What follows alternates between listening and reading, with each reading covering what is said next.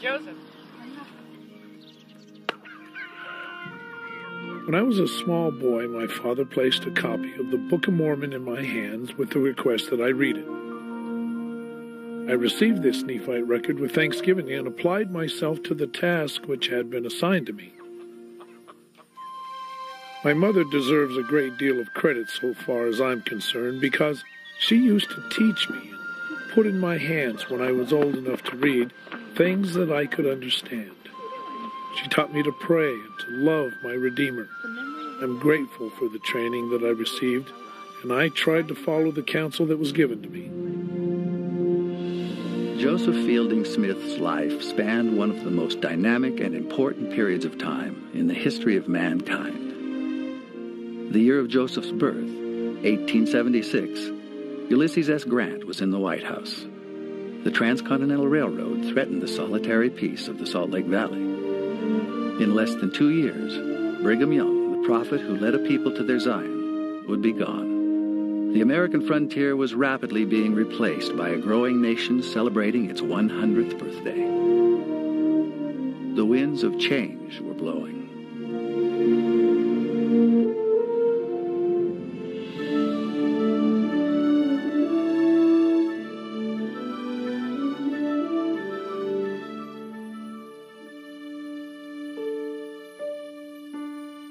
Jelina Lamson Smith longed to have a son. Joseph F. Smith's 2 other plural wives had already borne him sons, but he promised Jelina that as his first plural wife, her son would be his namesake. After nearly 10 years of marriage, that promise had not been fulfilled, and like Hannah of old, who was the mother of the prophet Samuel, she went to the Lord, and she vowed a vow. She promised the Lord that if he would give her a son, that she would consecrate his life to the Lord's service. On July 19, 1876, in the 10th year of their marriage, a 10th child was born into their family. Jelina, mindful of her promise to dedicate her son to the service of the Lord, referred to Joseph Fielding as their tithing child. Joseph Fielding was born into a family of great abundance of children, faith, love, and heritage, but of little monetary wealth.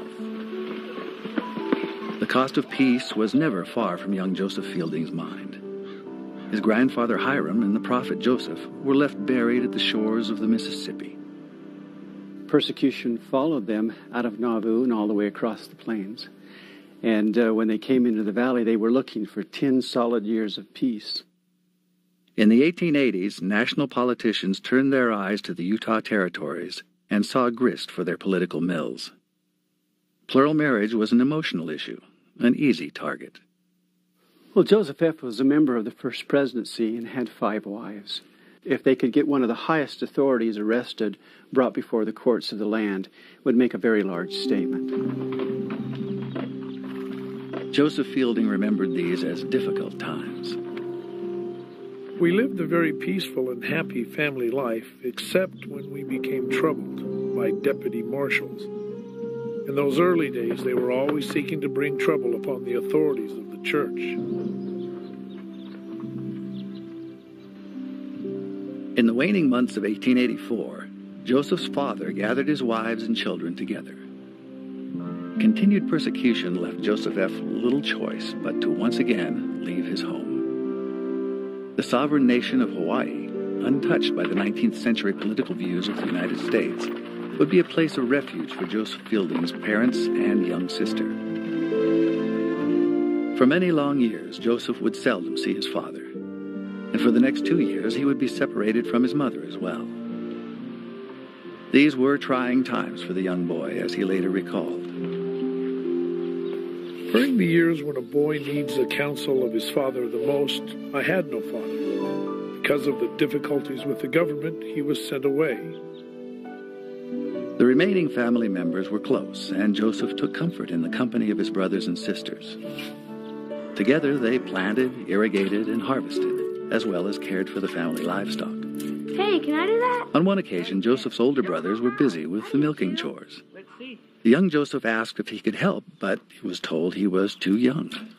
Joseph was anxious to show his skill, and he promptly sat down and milked the cow. He was then dismayed when his brother informed him that the job was now his.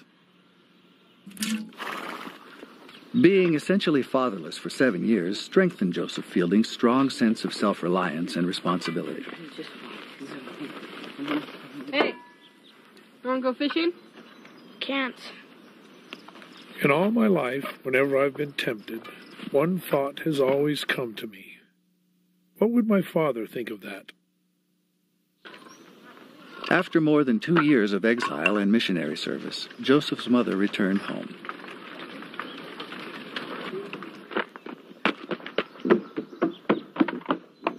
He had a really good relationship with his mother. She was the one who really, he says, taught her the gospel. We give his father a lot of credit for that, but she really was the one who gave him the principle of the gospel, basically. Though his formal education consisted of primary school at the church house and 2 years of rudimentary high school, this love of books, and especially the scriptures, would lead him to become a renowned scholar. He authored 25 books, more than any other general authority in this dispensation. Joseph's mother was a licensed midwife, and shortly after she returned from Hawaii, he began assisting her in her duties. Joseph's job was to be the stable boy and buggy driver. Joseph wrote of these experiences. Sometimes I nearly froze to death. I fervently wish that mothers might time things a little better. Mom, how come all babies are born in the middle of the night? Over the course of her career, Jelina delivered nearly 1,000 babies, almost always accompanied by a devoted Joseph Fielding. How is he? In the summer of 1887, word reached Hawaii that John Taylor, the prophet, was ill. Joseph F. quickly returned, and on July 25th, was at the side of his longtime friend when he passed away. Finally, Joseph's father returned home. But the exile was not over. For the next 4 years, Joseph F. hid from those who sought his arrest. Passage of the Edmunds-Tucker Anti-Polygamy Act of 1887 and the severity with which it was enforced made life increasingly difficult for many Utah families. The Edmund-Tucker Act of 1887 was devastating to the church. It disenfranchised the church. It allowed women to testify against their husbands in a court of law. It disinherited children from polygamous families. It ultimately pressed the church into a corner. Wilford Woodruff petitioned the Lord. What do? Temporal salvation of the church was in jeopardy. The Lord revealed in Revelation. At this time, it was important to obey the laws of the land. In 1891, Joseph F. Smith petitioned for and was granted amnesty by the President of the United States, Benjamin Harrison. Now he could walk down the streets without fear of being arrested. For 15-year-old Joseph Fielding, life changed dramatically as his aunties were each placed in their own home. Here you go. Hey, where you going? After years of living as one large family, he was disappointed to be separated from his brothers and sisters. But at least his father was home. Yea, by following your Lord and your Savior down into the water. While just a teenager, Joseph became the unofficial assistant and scribe to the first presidency. Over the next 15 years, this position would give Joseph several personal experiences with the prophet. Wherefore, my beloved brethren, I know that if ye shall... Joseph had the responsibility of caring for the 2 family horses. Meg was a gentle creature, trouble-free and obedient. But Junie, as Joseph recalled, was another matter. Junie was one of the most intelligent animals I ever saw. She seemed almost human in her ability. My father would get after me because I couldn't keep that horse in the barn. Many a night, young Joseph would wake to the sound of running water in the yard. Junie was out and about. She had learned to turn on the water faucet with her teeth. Joseph remarked, Unfortunately, she never did learn to turn the water back off when she was done getting a drink. Father suggested that the horse seemed smarter than I was. One day he decided that he would lock her in so that she could not get out. Okay, young lady, let's see if you can get out of there now. My father and I left the barn and started to walk back to the house. Before we reached it, Junie was at our side, somewhat to my delight. I could not refrain from suggesting to my father that I was not the only one whose head compared unfavorably with the mayor's.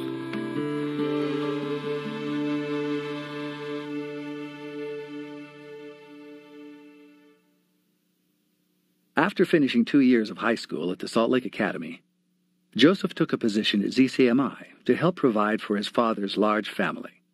He remembered those as hard days. I was tired out when night came, carrying sacks of flour and sacks of sugar and hams and bacons on my back. I thought nothing of picking up a sack and putting it on my shoulders. I was a very foolish fellow, because ever since that time, my shoulders have been just out of kilter. One afternoon in the fall of 1894, Joseph heard a sweet melody coming from the piano in the parlor. This was not an uncommon thing. His brothers and sisters played frequently. But this playing was decidedly different. Guess who's here? Who? Louie, and boy, is she pretty. Joseph's father had invited Louie Shurtleff, the daughter of the Weber stake president, to lodge with them while she was enrolled at the University of Utah. For the next 3 years, as he would later recall, Joseph had the handiest courting arrangement any young man ever enjoyed.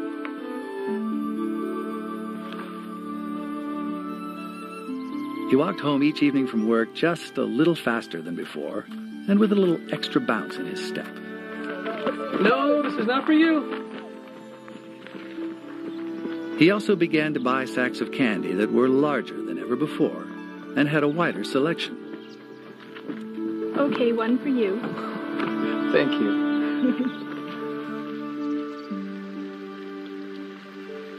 Joseph and Louie found they had much in common. They both loved the gospel. They enjoyed reading, music, and the outdoors.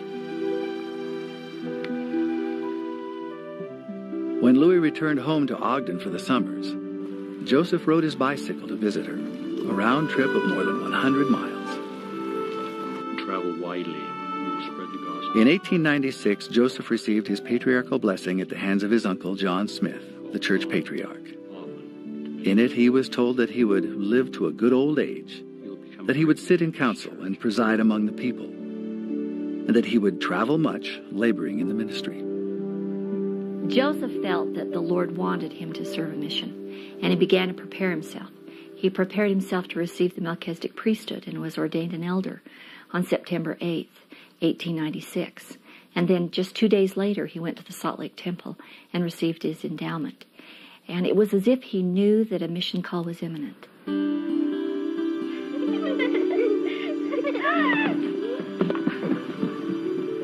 Joseph wasn't the only one looking forward to his mission call. His sister Emily took to praying that Joseph would soon be called on his mission so that he could no longer send them off to bed early. Heavenly Father, please help Joseph get his mission call soon and help me get better grades in school. Amen. In the spring of 1897, Louie completed her education. The future was uncertain for the young couple. Joseph would receive a mission call, but when?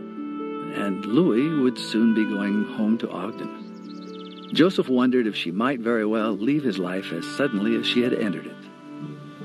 At the age of 22, Joseph could wait no longer. He wrote, I did not permit her to go home, but I persuaded her to change her place of residence. And on the 26th of April, 1898, we went to the Salt Lake Temple and were married for time and all eternity. Unable to afford their own home, they moved in with Joseph's family. These were blissful months for the young couple.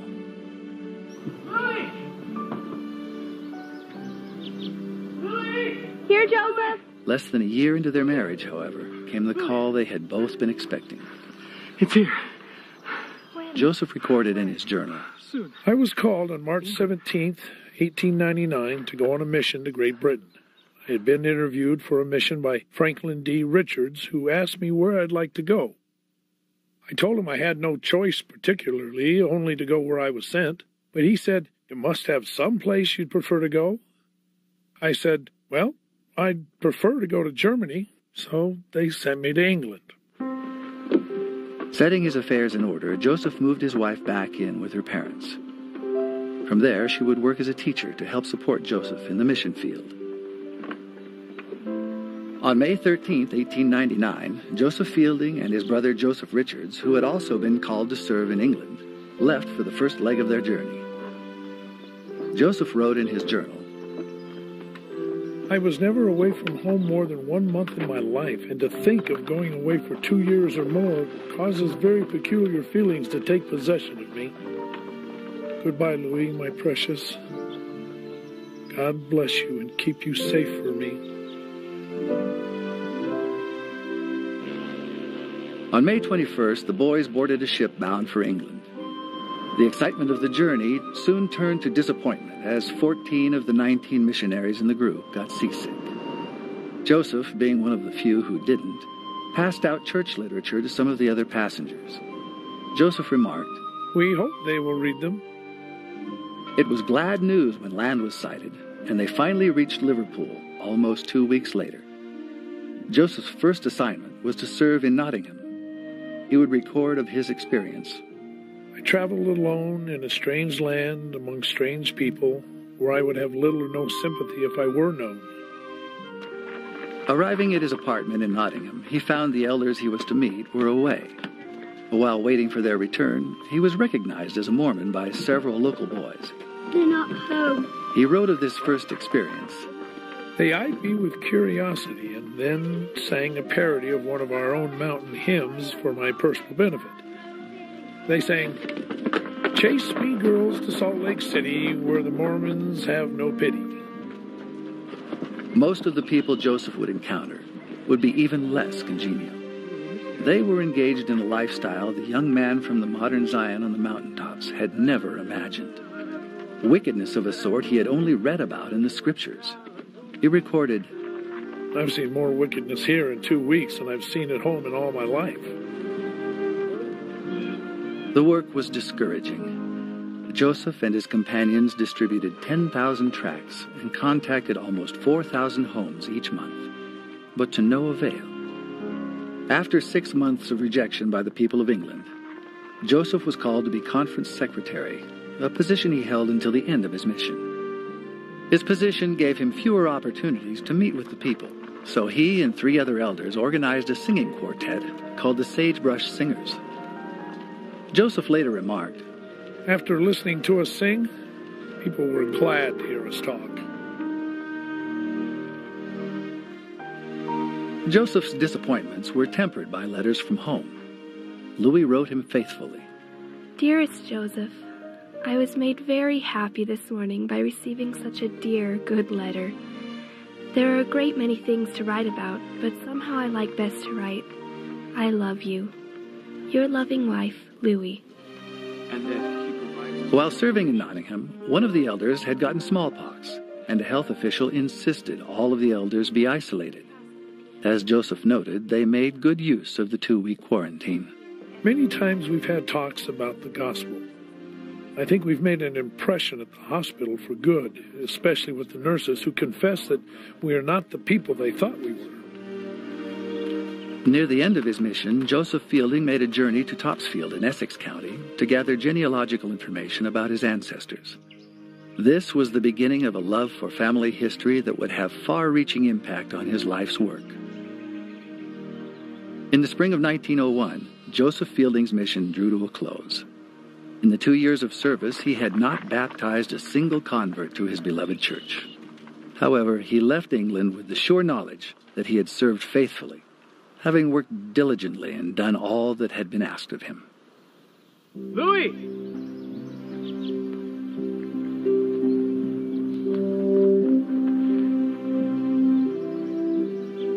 Joseph and Louis's reunion was joyous.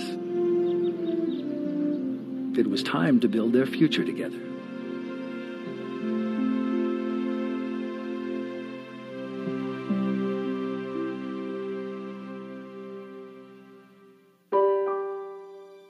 Joseph returned with satisfaction to familiar surroundings. He was offered his former position at CCMI, but memories of back-breaking labor enticed him to search for something else. He was soon offered a very lucrative government post, inspecting and collecting taxes from local taverns and pool halls. This was a kind of position that would take him away from home and into company that, he had tried to avoid all his life. Joseph sought out his father's counsel. Father, they've offered me the job. It means I can buy a home and take care of Louis. His father advised against it. Joseph, the best company is none too good for you. The young Joseph agreed. This decision You're right. would prove momentous. He declined the job, still not knowing how he was going to support his wife. In a short time, the blessing came.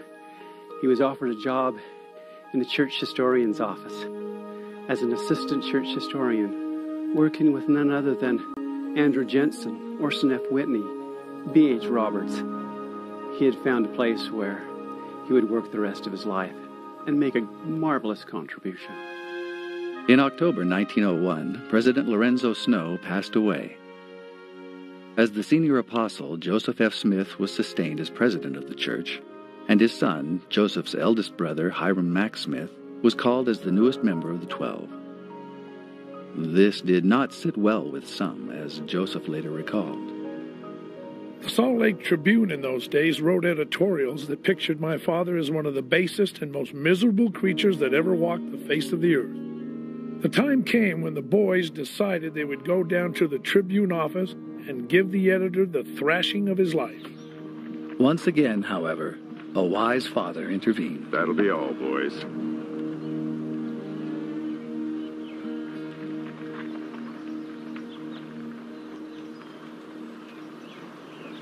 Foregoing the option of physical violence, Joseph Fielding determined instead to harness his considerable writing talent. He published editorials in defense of his father and the church in several local newspapers. Joseph developed a clean, simple style of writing. His purpose, much as Nephi of old, was to speak plainly that ye cannot err.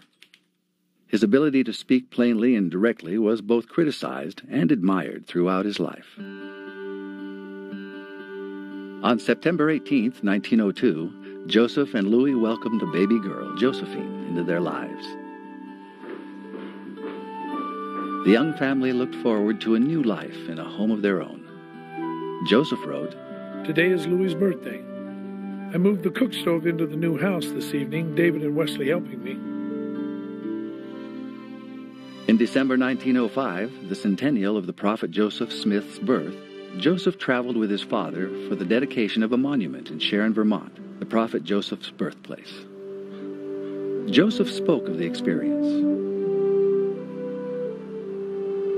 I felt that I was on sacred ground, a place dear to me, one that I had long desired to see. I think it's probable that Joseph Fielding felt a special spirit when he was at Sharon, Vermont, such sacred ground. And I think that spirit probably bolstered him and prepared him for what was to come. Like David of old, Joseph Fielding was called to a field of battle. Joseph Fielding's battlefield was with a war of words, essentially. Both of them called to stand against the adversary on behalf of the kingdom of God. Attacks against the church came once again as members of the U.S. Senate attempted to prevent the seating of Senator Reed Smoot from Utah. Joseph spent much of his time over the next several years preparing and writing defenses. Is this Campbell? The resulting works were published in 2 volumes. Thank you. These works would further establish Joseph Fielding as a church historian and scholar of note. Some, however, remained unimpressed. On one occasion in 1908, Joseph F. sent his son in his place to the dedication of a new chapel. When he got off the train, the reception from the local bishop was less than enthusiastic. Acted ball. We were expecting the president of the church, and we get a boy instead.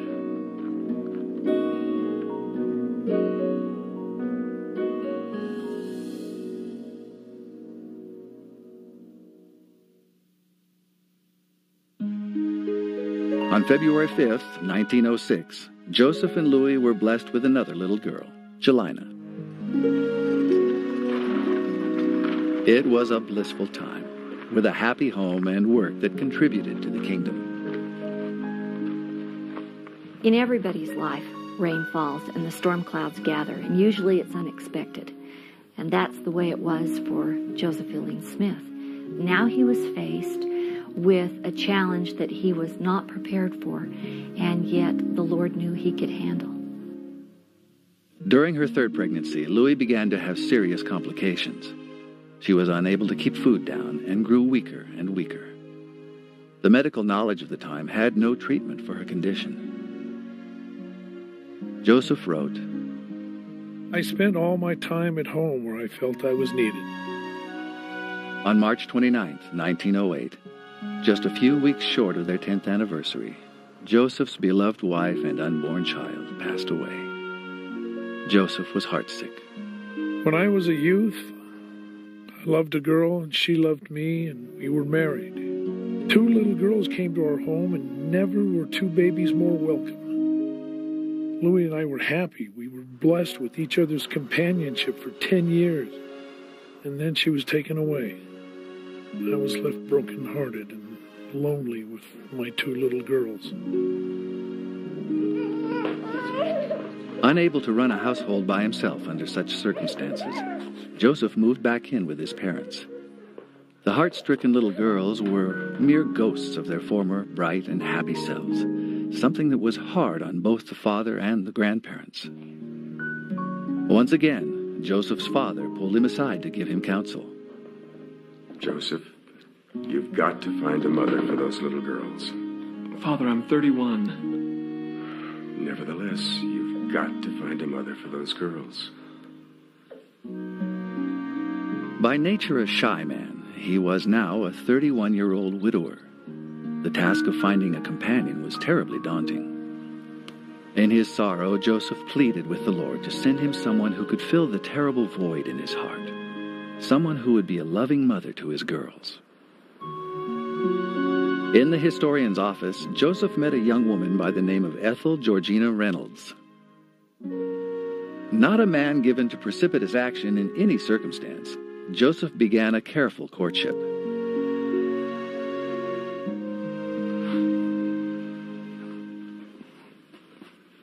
Hello, Ethel. May I assist you with your studies? Yes. A comfortable and compatible relationship soon developed. The real test lay ahead. Ethel would have to meet Joseph's young daughters. Accompanied by the girls, he took Ethel on an outing to a park.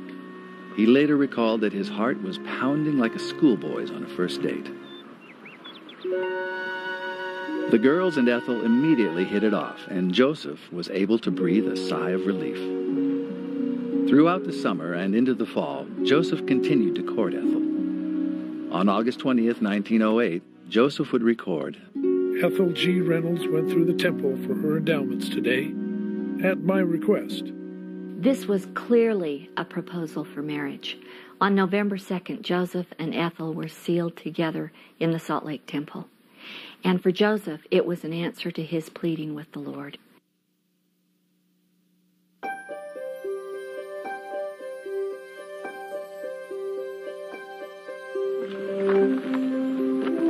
With his young bride and daughters, Joseph returned to the house he had built and resumed with new vigor his duties at the historian's office.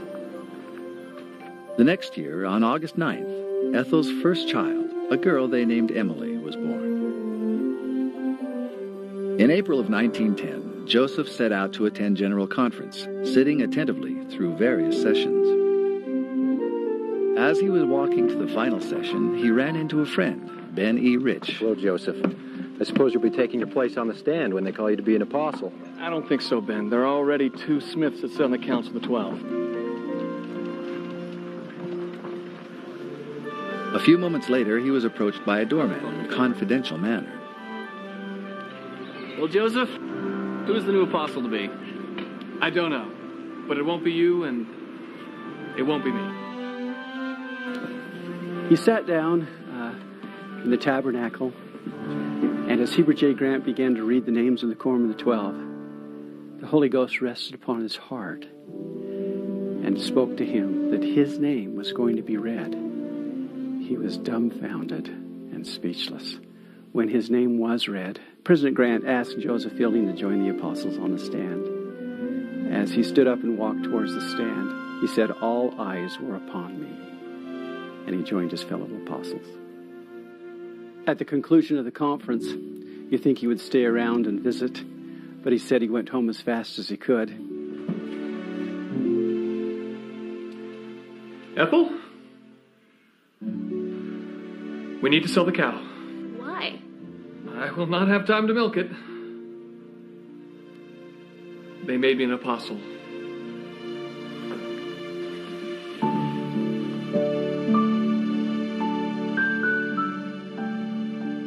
The enemies of the church were not long in seizing on this new calling to attack the church leadership.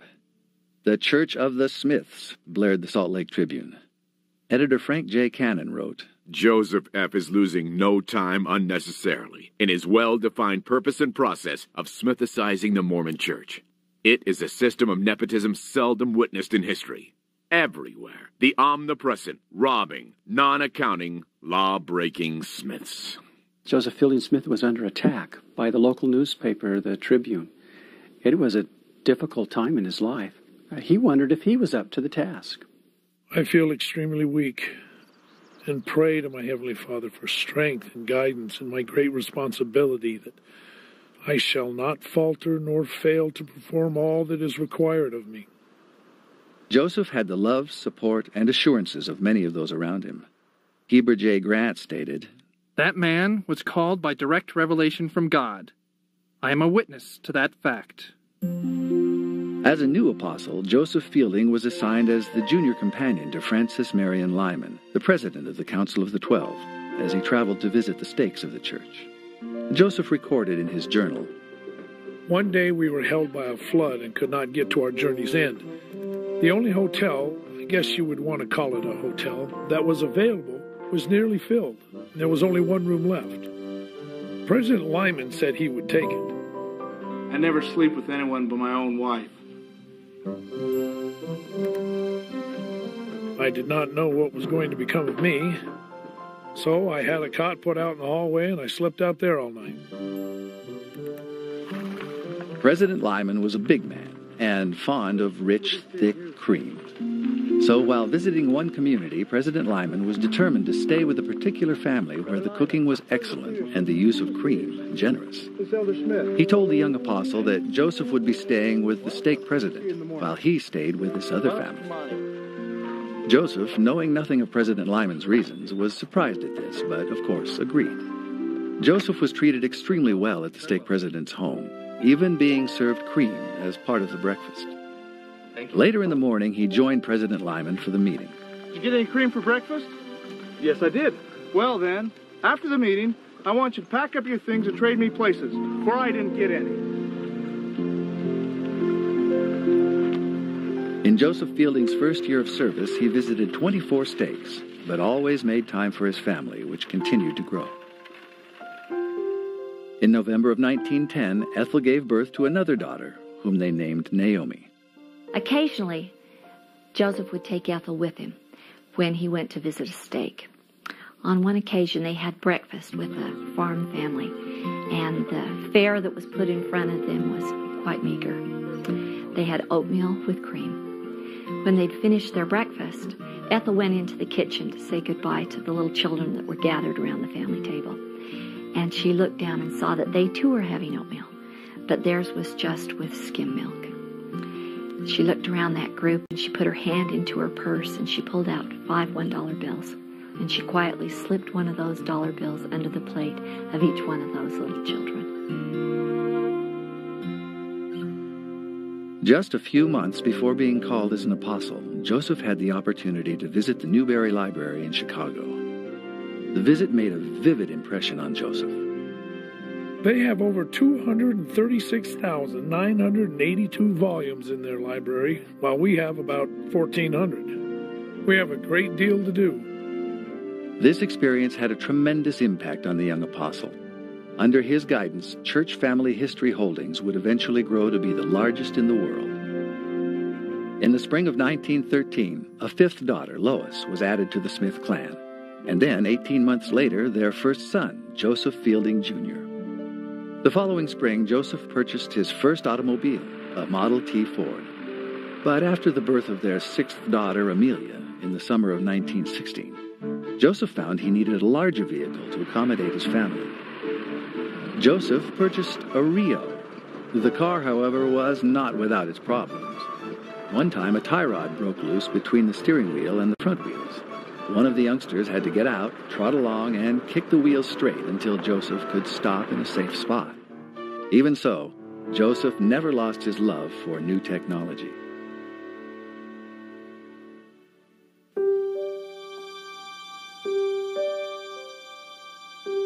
In January of 1918, Hiram Mack, Joseph's oldest brother, suffered a burst appendix.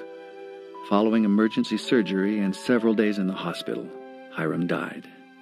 This left some responsibilities on Joseph Fielding that Hiram had been taking care of. One, he became, in a sense, the personal secretary to his father, then president of the church. And in the last year of his life, it was a great teaching time for this future president of the church.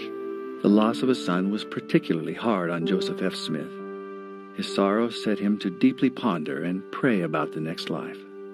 The president of the church, Joseph F., asked his son, Joseph Fielding, to take dictation as he gives now what we now know as Section 138 of the Doctrine and Covenants, a vision of the spirit world. Just a few months later, on October 19, 1918, Joseph F. Smith would himself be called beyond the veil. Joseph Fielding would lose the greatest influence of his life. He took comfort in his testimony of the gospel. I realize perfectly that time is passing, that man's days upon the earth are limited.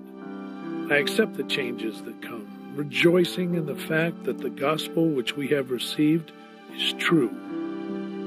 Traveling to weekly stake conferences, he continued to deliver his signature no-nonsense sermons. It's the duty of parents to teach their children.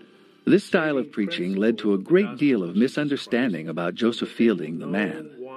Many people thought he was austere and forbidding. Are you teaching these truths, my brothers and sisters? On one occasion, when he was invited to speak, he spoke pretty straightforward. And when he was through, he said, "Now, what I've given you is a pretty straightforward message, and I realize that the people that really need it aren't here. But I've given it to you, now you go give it to them." If somebody actually had violated a gospel principle, he'd be the most understanding, I think, of anyone. But yet, as far as the principle itself is concerned, there was no deviation. Those who knew him well spoke of a man of great compassion. Joseph's wife wrote in a letter, "The man I know is a kind, loving husband and father, whose greatest ambition in life is to make his family happy. He is the man that lulls to sleep the fretful child, who tells bedtime stories to the little ones. It is his hands that bind up the wounds, his arms that give courage to the sufferer."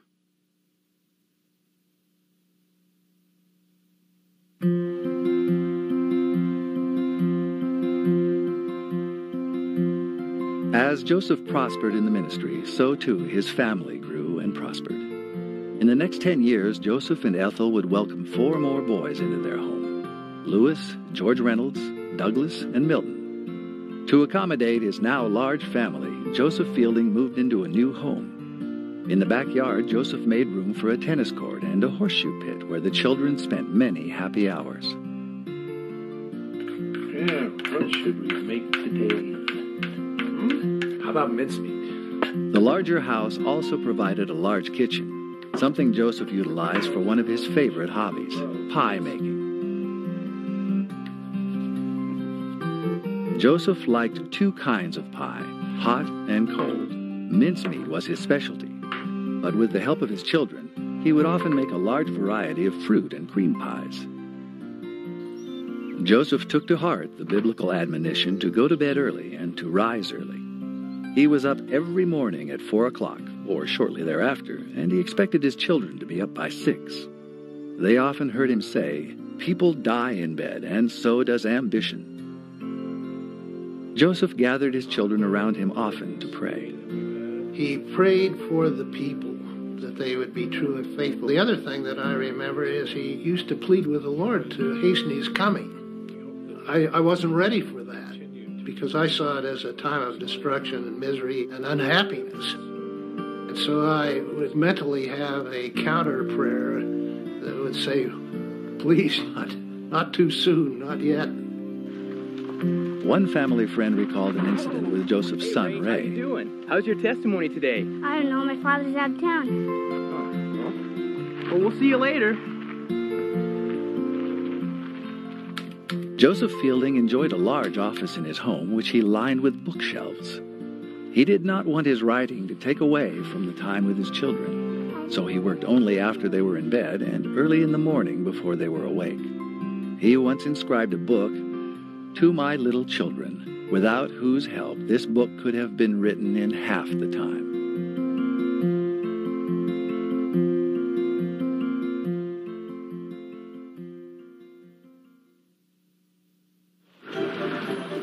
Sometimes Joseph Fielding would take one of his children with him when he traveled. On one occasion, with Joseph Jr., they were returning from Vernal, Utah, when a severe storm hit. They took a wrong turn near Duchesne and started up the treacherous road to Indian Canyon. The storm grew worse, and the road muddier and slipperier as they went. For some moments, the car threatened to slip off the narrow road into the deep canyon below. Young Joseph later recalled his father saying, "We have done all we can. We will call upon the Lord." Joseph Fielding bowed his head in prayer, asking the Lord to right his mistake in taking the wrong road. He told the Lord he had important commitments that needed his attention the next day. Within moments, the storm stopped. A wind came up and dried the road enough that they could proceed, and they eventually arrived at Castlegate.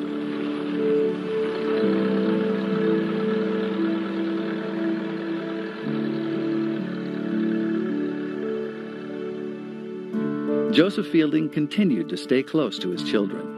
An avid sportsman, he loved to see his children participate in athletics.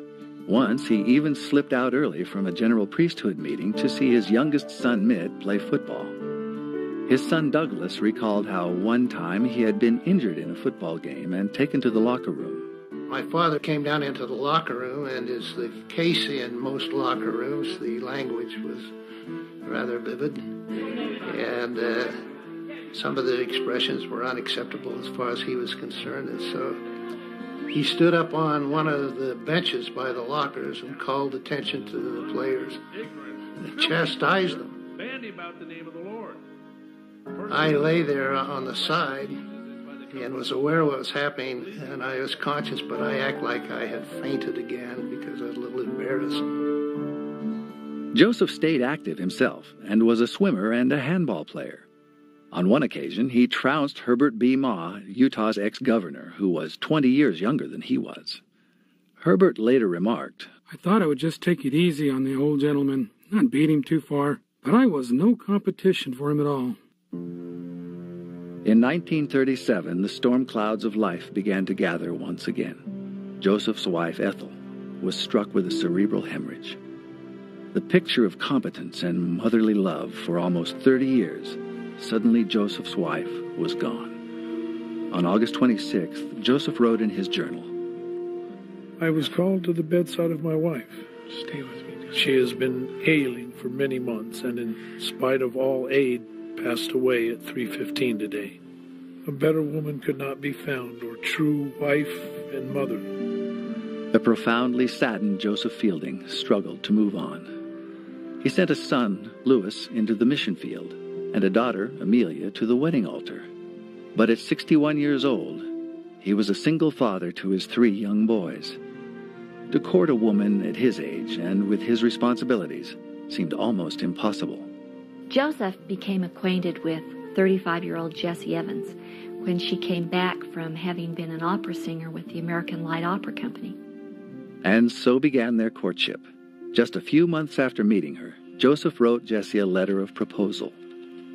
"Sister Evans, the Lord intends that you should become my wife."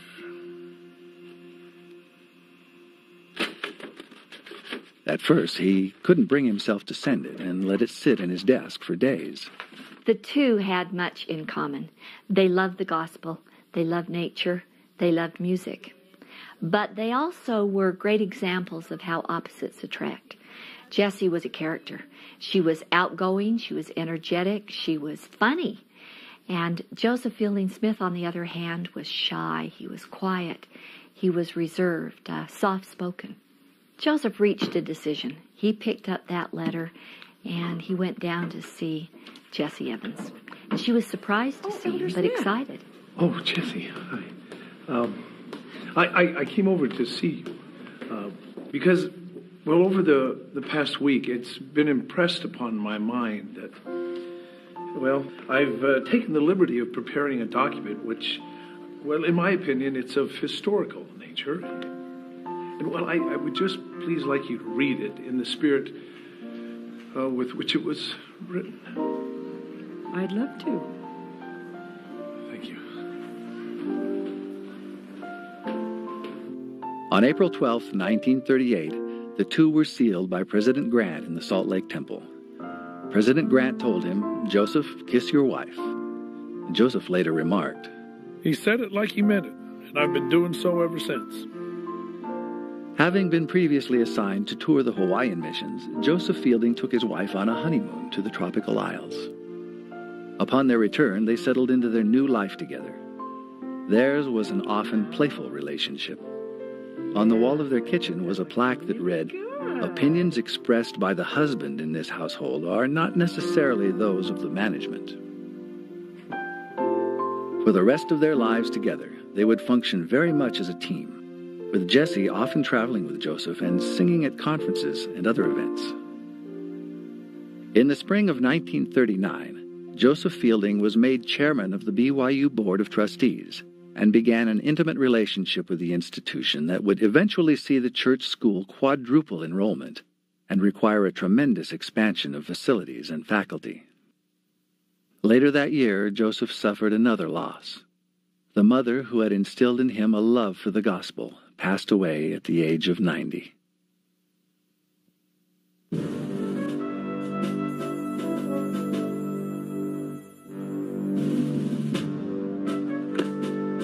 With the development of faster modes of travel, Joseph received more assignments abroad, and one of the most important came in April of 1939.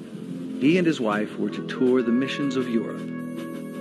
But more importantly, he was to make whatever arrangements were necessary to safeguard the missionaries in a Europe on the brink of war. On September 3rd, things took a significant turn for the worse. France and England declared war with Germany.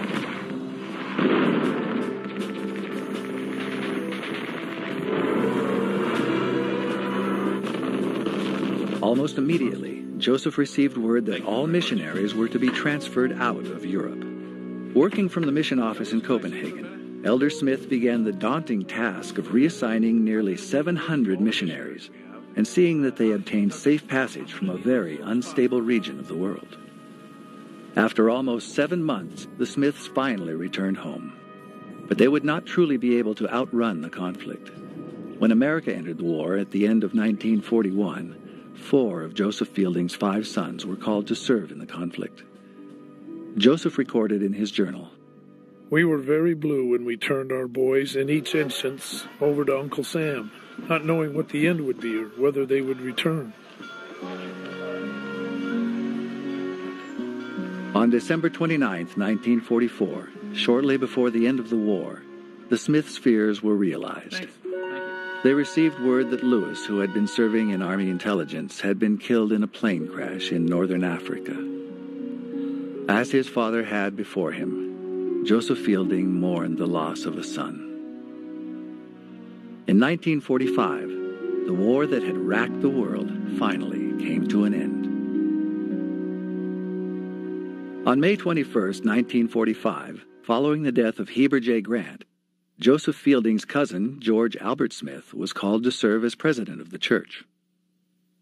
At age 69, Joseph found himself busier than ever. Along with his duties as a member of the 12, he was called to be the president of the Salt Lake Temple. I do not know, from my perspective as a grandson, how he served as president of Salt Lake Temple and an apostle and everything else that he was doing at that point. I do know that we visited him regularly, and he came to our house on a regular basis. We had dinner together, and I don't know how he did it, to just be quite frank. In 1950, due to the death of George F. Richards, Joseph was set apart as the acting president of the 12. In this capacity, he served as chairman of the Missionary Committee. In 1955, he and Jesse set out for the Far East, where hopes were high for expanding the church's missionary efforts. The Smiths also toured Europe, the South Pacific, and South America. They traveled by plane, boat, automobile, and even horseback to visit the saints. While in Brazil, they were told of a woman who had been so excited to learn of their visit that she'd suffered a heart attack. Joseph decided to visit her to give her a blessing. When he entered her room, she gave a cry of joy and said, "Now he has come, I'm sure to get well." The doctors were amazed by her complete recovery and released her the next day. Joseph Fielding was a robust 80 years of age when a lifelong fascination with aeronautics led to a new hobby, flying fighter jets. He explained, Colonel Alma Wynne invited me to take a ride with him in a jet plane, which I did. It was a wonderful experience to travel in such a plane at about 500 miles per hour. One time, Jessie was invited to go flying with Joseph, and she saw him at the controls. She looked at the pilot and she said, "You're not going to let him fly this, are you?" And he said, "Why not? He's done it before." In 1965, Joseph was called as an additional counselor to an ailing President David O. McKay. The next summer, Joseph accompanied President McKay on a tour of historic church sites in Missouri. In Independence, the Brethren determined to build a visitor center near the site the prophet Joseph Smith had prophesied a temple would one day stand.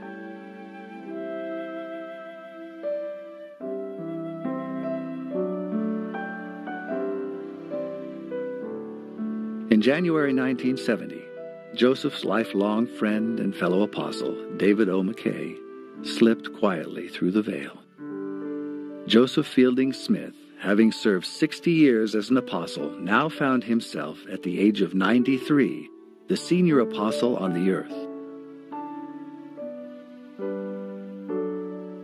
Joseph met with the brethren in the upper room of the Salt Lake Temple. Elder Harold B. Lee moved that Joseph be called as the next president of the church. Elder Spencer W. Kimball seconded the motion. The affirmative vote was unanimous. Elder Harold B. Lee and N. Eldon Tanner were called as his counselors. At 93, President Smith continued to throw all his might, mind, and strength into the work of the Lord. President Smith was urged to take some rest. Joseph, I want you to take a nap after church. All of the other presidents did. Where are they now?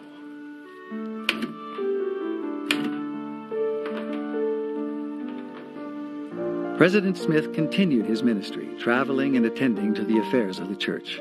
He encouraged the work for the dead through genealogy and temple building, and also continued to write, finishing his book, Seek Ye Earnestly. Jessie often required President Smith to sing duets with her. He called them duets. Well, one time they had performed together. A man came up to them and he said, "President Smith, you were so wonderful. Did you see how there were people in the congregation who were weeping?" Yes, well, I can imagine that, because my singing is enough to make anybody weep. President Joseph Fielding Smith loved children. On one occasion, after a conference session, a little girl ducked under the rope and ran up to him. He picked her up and gave her a hug. When her parents found her, they scolded her, saying she could have gotten lost. Her simple reply was, "I wasn't lost. I was in the arms of the prophet." In the summer of 1971, Jessie's health began to fail. Dreading the thought of losing another companion, Joseph slept on a couch near her bed in the hospital. His son-in-law, Bruce R. McConkie, suggested, to help alleviate his worry and tension, that he read from the Book of Mormon for a while. He replied with his usual wry wit, I've read the Book of Mormon, Bruce. Several times. At the age of 69, far younger than her beloved husband, Jesse Evans Smith passed away peacefully on August 3, 1971, leaving Joseph alone once again.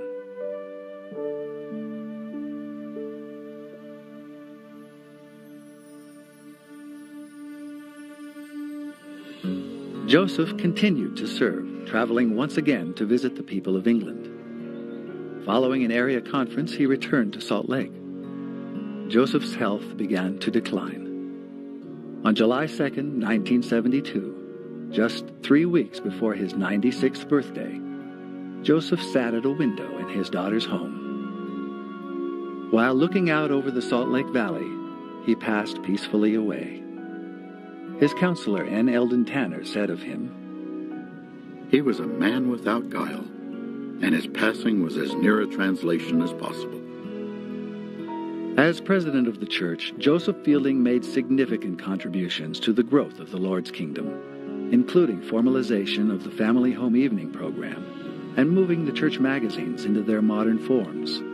I think Joseph Fielding Smith left a legacy of commitment and resilience and ability to grasp what the Lord would have you do and do it. Joseph of Egypt, Joseph Lehi's son, Joseph Smith Sr., Joseph Smith Jr., Joseph F. Smith, and then Joseph Fielding Smith.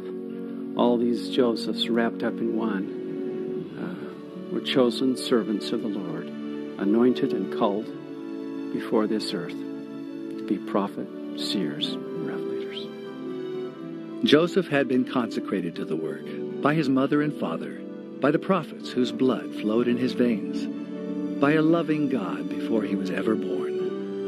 His testimony rings out as evidence of his own selfless and lifelong dedication to the work of the Lord on the earth. I know that he lives, and I look forward to that day when I shall see his face, and I hope to hear his voice say unto me, "Come ye, blessed of the Father, inherit the kingdom prepared for you from the foundation of the world."